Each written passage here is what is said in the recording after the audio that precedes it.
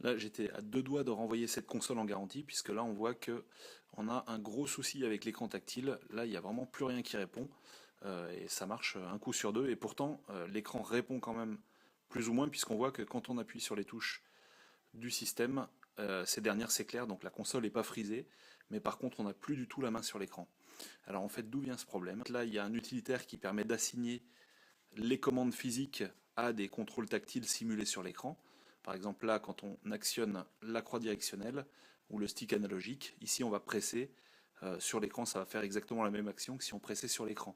Alors cet utilitaire, il est très pratique, mais par contre, en contrepartie, comme on n'a pas la possibilité de gérer la zone morte des joysticks à l'intérieur de l'utilitaire, on peut juste calibrer le joystick, mais pas vraiment la zone morte.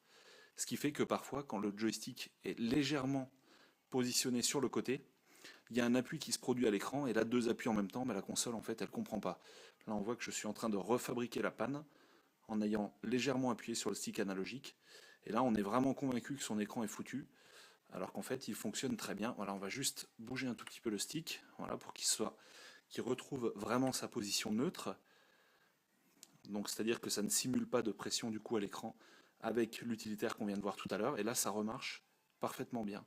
On peut retourner dans les applications, faire défiler le tout super vite. Maintenant, on va simuler le problème.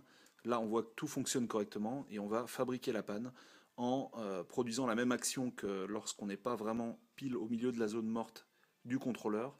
Lorsque TinyCore Mapper est activé, on ne peut pas bouger l'écran. C'est fait vraiment comme si c'était frisé. Donc, la preuve par l'exemple, on bouge ici le stick analogique, un tout petit peu par exemple.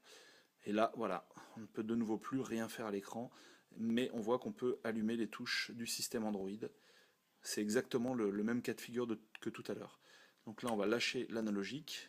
Alors, un coup de chance, il a retrouvé sa zone morte, sa zone centrale, sa zone neutre. Donc du coup, on peut de nouveau bouger l'écran. Conclusion, si jamais vous constatez des problèmes d'écran alors que vous utilisez TinyCore Mapper, que ce soit sur JXD 7300B, comme c'est le cas là, ou sur une autre console, avant de la renvoyer en garantie, il faut peut-être plutôt voir de ce côté-là.